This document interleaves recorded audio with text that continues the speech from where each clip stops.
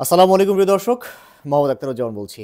Fisheries Bangladesh চ্যানেলটি বিশ্বের যে প্রান্ত থেকে দেখছেন সেই সমস্ত মাছ ও চিংড়ি খামারি ভাই বোনদের স্বাগত জানাচ্ছি। আশা করছি আপনারা ভালো আছেন। আজকে যে ভিডিও সেই ভিডিওটি হচ্ছে আসলে খামারিদের মধ্যে একটা টেন্ডেন্সি বা প্রবণতা আছে যে মাছটা তার দ্রুত বাড়ুক। তো এই যে মাছ বাড়া বা না বাড়া কেন বাড়ছে না সেই বিষয় নিয়ে আজকের ভিডিও। আজকের ভিডিওটির আসলে প্রথম পর্ব। কারণটা হচ্ছে যে এটা দুইটা ভাগে ভাগ করা যায়। আপনার মাছ কেন বাড়ছে না এটাকে দুই ভাগে যদি ভাগ করি আমরা, তাহলে একটা হবে যেটা, সেটা হচ্ছে যে মাছের নিজস্ব শরীরে একটা ব্যাপার আছে, আর একটা হচ্ছে যে পরিবেশের কিছু ব্যাপার আছে। তো এই প্রত্যেকটা বিষয় আমি ব্যাখ্যা দেবো। আজকের হচ্ছে মাছের শরীরের যে কিছু ব্যাপার স্যাপার আছে যেগুলোর জন্য আপনার মাছ বাড়বে না বা বাড়ছে না সেই বিষয় নিয়ে আজকের ভিডিও। তো চলুন শুরু করি। প্রথম যেটা বলতে চাই সেটা হচ্ছে যে ওই যে বললাম যেটা, যে আপনার নিজের শরীরের যে ব্যাপার, অর্থাৎ আপনি যে মাছ চাষ করছেন তার শরীরের কিছু ব্যাপার আছে, সেই ব্যাপারগুলো নিয়ে আজকের আহ, মানে কেন বাড়ছে না সেটা আপনারা বুঝতে পারবেন। তো প্রথম যে বিষয়টা সেটা হলো যে প্রজাতি, মানে আপনি কোন মাছ চাষ করছেন তার উপর আসলে বাড়াটা নির্ভর করছে। এখন স্বাভাবিকভাবে চিন্তা করেন যে ছোট একটা পুঁটি মাছ, হ্যাঁ, আর একটা কাতল বা কাতলা মাছ সেম কিন্তু না, সেম বাড়বে না এরকম। তো প্রজাতি ভেদে হচ্ছে এই বৃদ্ধিটা নির্ভর করে। অর্থাৎ একটা মাছ একটা মাছের সাথে আরেকটা মাছের যে মানে প্রজাতির যে পার্থক্য, এই পার্থক্যটার জন্য কিন্তু হচ্ছে আপনার এক মাছ বেশি বাড়ে আর এক মাছ কম বাড়ে। এটা একটা প্রজাতিগত ব্যাপার স্যাপার আছে। দুই নম্বর যে ব্যাপারটা আছে সেটা হলো যে লিঙ্গ। লিঙ্গ বলতে হচ্ছে পুরুষ বা স্ত্রী। এখন স্বাভাবিকভাবেই কিছু মাছ আছে যে মাছগুলোর হচ্ছে পুরুষ বেশি বাড়ে, কিছু মাছ আছে যেগুলো স্ত্রী বেশি বাড়ে। যেরকম হচ্ছে আপনার তেলাপিয়ার পুরুষ বেশি বাড়ে, স্ত্রী চিংড়ির কি বলে আহ, চিংড়ির মধ্যে হচ্ছে আপনার স্ত্রী চিংড়ি হচ্ছে বেশি বাড়ে। আবার হচ্ছে আপনার কি বলে, এর ক্ষেত্রে যেটা হয় সেটা হলো কিছু মাছ আছে যেমন কমন কার্প। তো এই যে মানে ছেলে এবং মেয়ে এই যে পার্থক্যগুলো, এই পার্থক্যগুলোর ক্ষেত্রেও হচ্ছে আপনার বাড়াটা নির্ভর করে। আপনার পুকুরে দেখা গেলো যে এমন মাছ আছে যে মাছগুলো হচ্ছে স্ত্রী প্রজাতি বেশি, তো সেক্ষেত্রে স্বাভাবিকভাবে তাদের বাড়ার একটা টেন্ডেন্সি কম থাকবে। তো এই বিষয়গুলো হচ্ছে আপনার এই লিঙ্গর সাথে কিন্তু ব্যাপারটা হলো আপনার হলো নির্ভরশীল। তিন নম্বর পয়েন্ট নিয়ে বলতে চাই। তিন নম্বর পয়েন্টটা হচ্ছে যে মাছের আকার। হ্যাঁ, মাছের আকার, অর্থাৎ আপনি যদি প্রশ্ন করেন যে আপনার মাছ বাড়ছে না, তখন কিন্তু আপনাকে মনে রাখতে হবে যে ওই আপনার ওই মাছটি আসলে কোন স্টেজে আছে, অর্থাৎ মাছের কোন আকারে আছে। এখন চিন্তা করেন যেটা লার্ভি বা হচ্ছে মানে পিএল বা পোনা, সেটা যেরকম বাড়ে তার চেয়ে কিন্তু কম বাড়বে হচ্ছে কিশোর বয়সী যে মাছগুলো আছে। তার চেয়ে কম বা তার চেয়ে কম বাড়বে হচ্ছে যে মাছগুলো হচ্ছে বড় হয়ে গেছে। তো এই যে আপনার হলো ব্যাপার, অর্থাৎ আহ, মাছের আকার কিন্তু একটা, মানে বয়স বা আকার এটাও একটা ফ্যাক্টর।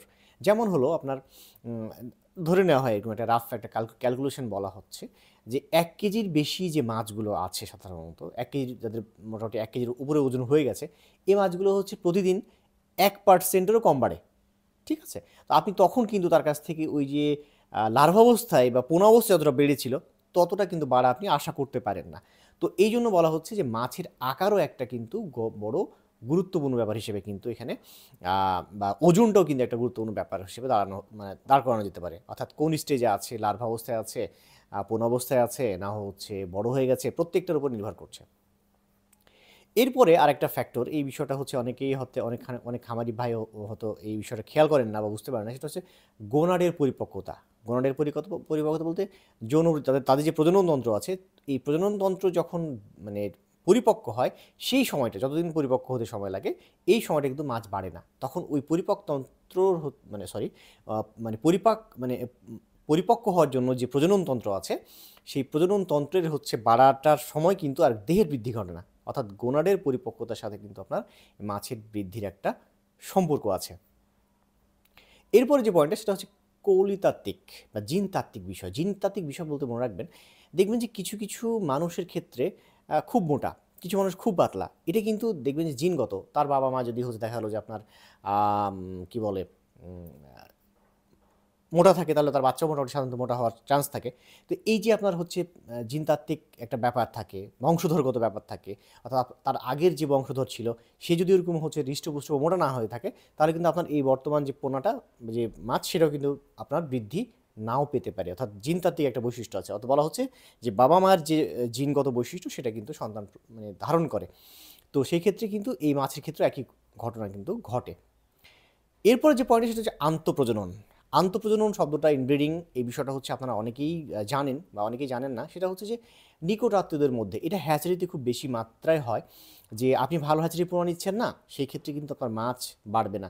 কারণ এই খারাপ যে হ্যাচারিগুলো আছে সেগুলো দেখবেন যে হচ্ছে আপনার বিভিন্ন অপকৌশল, অর্থাৎ একই গোত্রীয় মা বাবার মধ্যে হচ্ছে এই প্রজনন করানোর ফলে যে বাচ্চা উৎপন্ন হয়, সেই বাচ্চাগুলো কিন্তু, সেই পোনাগুলো কিন্তু বেশি বাড়ে না। কিংবা একই রক্তীয় একই সম্বন্ধীয় যে মা বাবার সাথে ক্রস করার পরে যে পোনা উৎপন্ন হচ্ছে, সেই পোনা বা দেখবেন যে কিছু পোনার দাম খুব কম, মানে একেবারে পরিপক্ক হয়নি সেরকম জোর করে হচ্ছে আপনার পোনা ফোটানো হয়েছে। এই পোনাগুলো থেকে উৎপন্ন যে বাচ্চা বা পোনা, মানে এই মাছ থেকে উৎপন্ন যে মানে পোনাটা, এই পোনাগুলো কিন্তু বাড়বে না। যার কারণে ভালো হ্যাচারির পোনা খুব গুরুত্বপূর্ণ একটা বিষয়।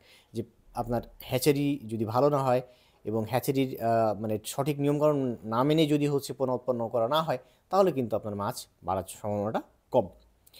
এরপরে যে বিষয়টা হচ্ছে শারীরবৃত্তীয়। শারীরবৃত্তীয় বলতে একটু এটার ব্যাখ্যা করি। স্বাভাবিকভাবেই যখন আপনি অসুস্থ থাকেন, আপনি যখন অসুস্থ থাকেন, তখন সেই ক্ষেত্রে আপনার হচ্ছে বৃদ্ধি কিন্তু শরীরে ঘটে না।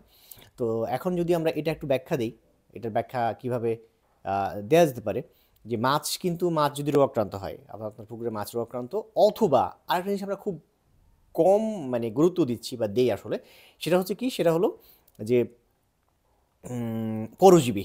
দেখবেন মাছ যেহেতু পানিতে থাকে, তো সেই ক্ষেত্রে পানিতে কিন্তু প্রচুর পরিমাণে পরজীবী থাকে।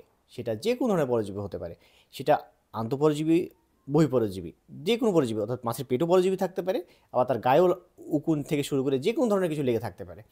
তো এইটা আমরা কতটা খেয়াল আসলে করতে পারি, হয়তো বাইরে কিছুটা খেয়াল করতে পারি, যখন বেড়ে যায় যখন এই পরজীবীগুলো, তখন হচ্ছে হয়তো আমরা খেয়াল করতে পারি। কিন্তু যে পরজীবীগুলো হচ্ছে একেবারে পেটে থাকে, হ্যাঁ, যে আমাদের দেখার কোনো সুযোগই থাকে না, আমরা বড় অ্যানিম্যাল বা বড় প্রাণীর ক্ষেত্রে কিন্তু এগুলো মাথায় রাখি যে আমরা হচ্ছে কৃমিনাশক বা বিভিন্ন জিনিস, পরজীবীনাশক আমরা খাওয়াচ্ছি। কিন্তু মাছের ক্ষেত্রে আমরা কতটা খেয়াল রাখি? আমি ঠিকই মাছ বাড়ছে না, কিন্তু দেখা যাচ্ছে আপনার আপনার পুকুরে পরজীবীতে ভর্তি, তার পেটে পরজীবীতে ভর্তি। সো যখন খাবার খাওয়াচ্ছি বা সে খাবার খাচ্ছে, সেটা ম্যাক্সিমাম পরজীবী খেয়ে ফেলছে।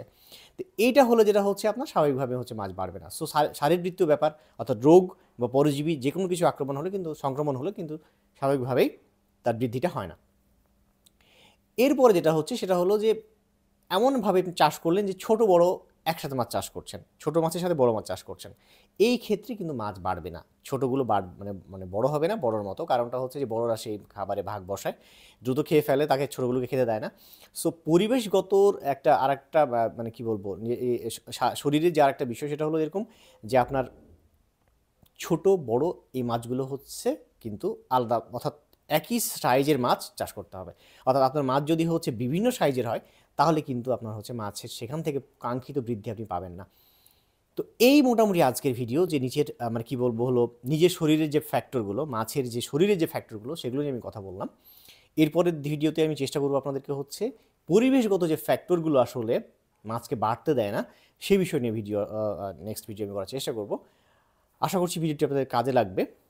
ভিডিওটি ভালো লাগলে শেয়ার করুন ওই সমস্ত খামারি ভাইদের কাছে যাদের কাছে গেলে তারা উপকৃত হবেন। ভালো থাকবেন, দেখা হবে অন্য কোনো দিন অন্য কোনো ভিডিও নিয়ে। সে পর্যন্ত আল্লাহ হাফেজ।